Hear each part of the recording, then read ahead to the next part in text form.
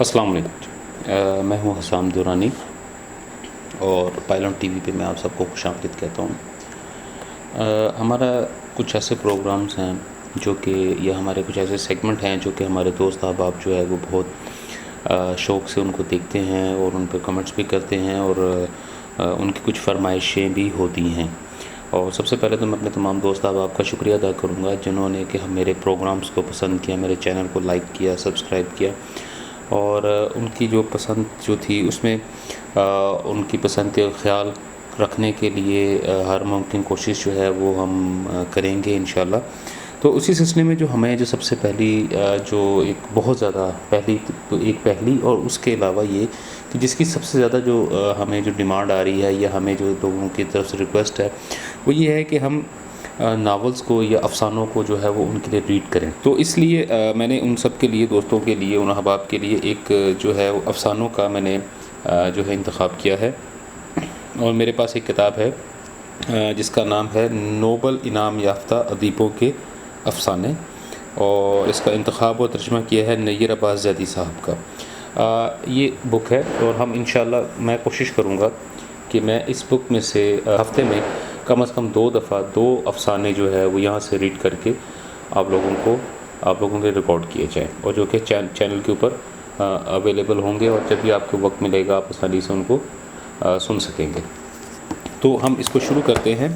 آج کا جو افسانہ ہے جو کہ میں نے آپ لوگوں کے لیے سلیکٹ کیا ہے، جانسٹن جانسن. جو جانسٹن جانسن صاحب جو ہیں وہ بیسیکلی، اگر ان کا تھوڑا سا تعارف میں آپ کو بتا دوں، وہ ناروے کے رہنے والے تھے. اور ناروے کے جو جدید اگر ادب میں اگر ان کا نام دیکھا جائے تو ان کو ایک بنیادی اہمیت حاصل ہے. بیسیکلی وہ ایک بیک بون کے طور پہ تھے. 1832 میں وہ ناروے کے شمالی پہاڑی علاقوں میں پیدا ہوئے. یونیورسٹی آف کرسٹینیا سے اعلیٰ تعلیم حاصل کی اور جلد ہی ایک بہترین ڈرامہ نگار، تنقید نگار، شاعر، ناول نگار اور سیاستدان کے سے شہرت پائی. وہ دنیا کے تیسرے فرد تھے جنہیں 1903 میں ادب کے نوبل انعام سے نوازا گیا. ان کا ایک افسانہ جو ہے وہ ہے بھاگوان. وہ میں آپ کے لیے ریسائٹ کرتا ہوں.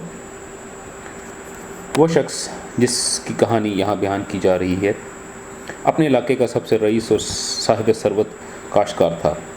اس کا نام تھورڈیس تھا.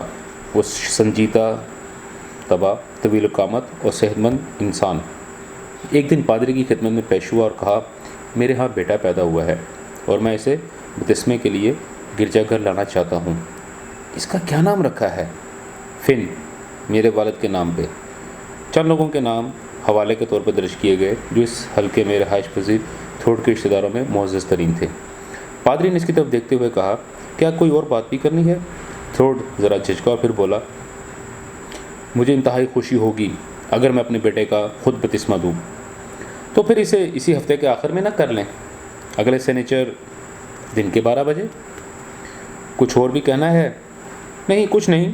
تھروڈ نے اپنی ٹوپی پہنی کہ جیسے وہ جانا چاہتا ہو. پادری کھڑا ہوا، تھروڈ کی طرف بڑھا، اس کا ہاتھ تھاما اور آنکھوں میں آنکھیں ڈال کر بولا، تاہم ایک بات یاد رکھنا، اللہ نے جو بچہ تمہیں عطا کیا ہے وہ تمہارے لیے بھاگوان ثابت ہوگا.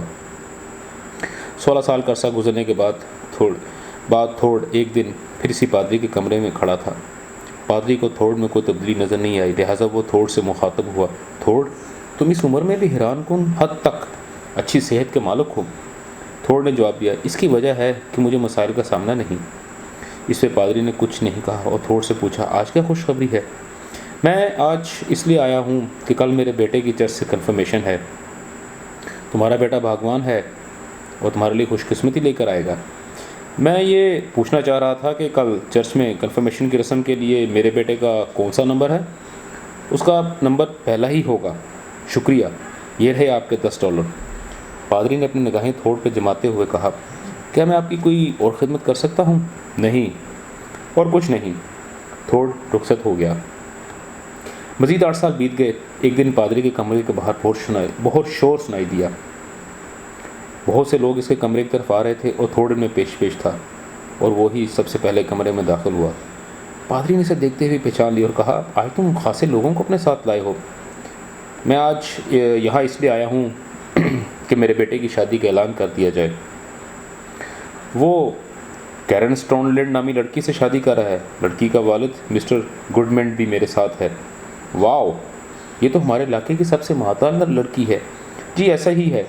تھوڑ نے اپنے ہاتھ سے اپنے بال درست کیے. وہ پادری کچھ دیر کے لیے گہری سوچ میں گم ہو گیا.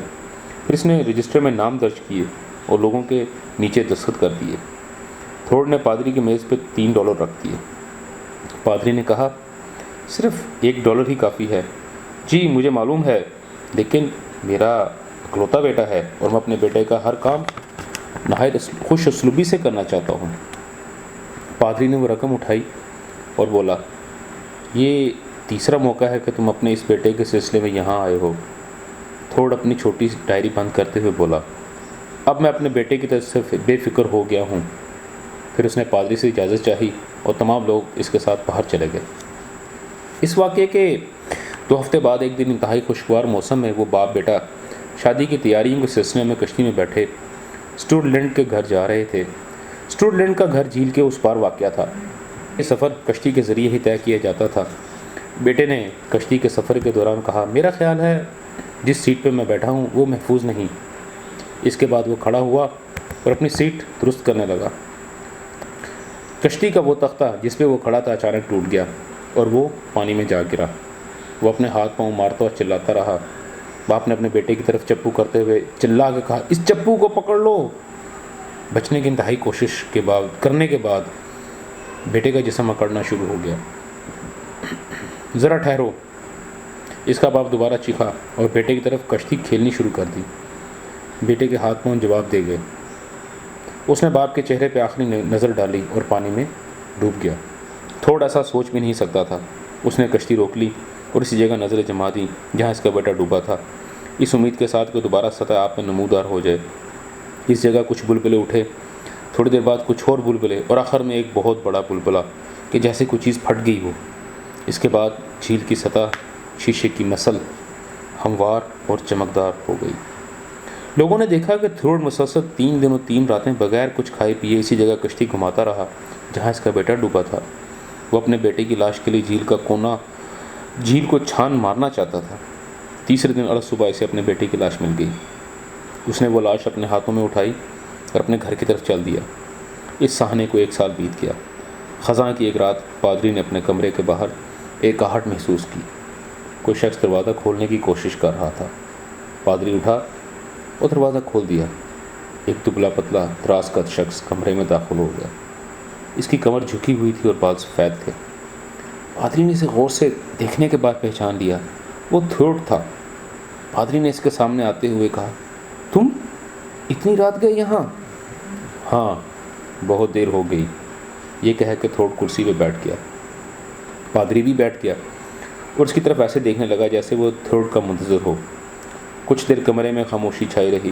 بالآخر تھوڑ نے کہا, میرے پاس کچھ رقم ہے جو میں غریبوں کے لیے مختص کر کے اس کار خیر کو اپنے بیٹے کے نام سے منسوب کرنا چاہتا ہوں. یہ کہہ کر وہ کھڑا ہوا, میز پہ رقم رکھ دی اور پھر بیٹھ گیا. پادری نے رقم گنی اور بولا, یہ تو ایک خطیر رقم ہے. آج میں نے اپنی تمام جائیداد بیچ ڈالی ہے اور یہ رقم اس جائیداد کی مالیت کا نصف حصہ ہے. پادری خاصی دیر خاموش بیٹھا رہا. پھر نہایت شستہ لہجے میں پوچھا, تھوڑ, اب تم نے کیا کرنے کا ارادہ کیا ہے؟ کوئی بھی بہتر کام. وہ دونوں دوبارہ خاموش ہو گئے. تھوڑ نظریں چکائے بیٹھا رہا اور پادری کی نگاہیں اس پہ جمی رہیں. پادری بڑے نرم اور شگفتہ انداز میں بولا, میں نہ کہتا تھا تمہارا بیٹا بھگوان ہے. بالآخر وہ تمہارے لیے ابدی خوش قسمتی کا باعث بنا. تھوڑ نے نگاہیں اوپر کرتے ہوئے کہا, ہاں, میرا بھی یہی خیال ہے. اور 2 آنسو اس کی آنکھوں سے ٹپک پڑے. یہ آج کا افسانہ تھا. امید ہے آپ لوگوں کو پسند آئے گا. آپ کمنٹ باکس میں اپنے کمنٹ ضرور کیجیے گا. اپنی رائے سے ہمیں ضرور بتائیے گا کہ یہ سلسلہ آپ کو کیسا لگا. اللہ حافظ.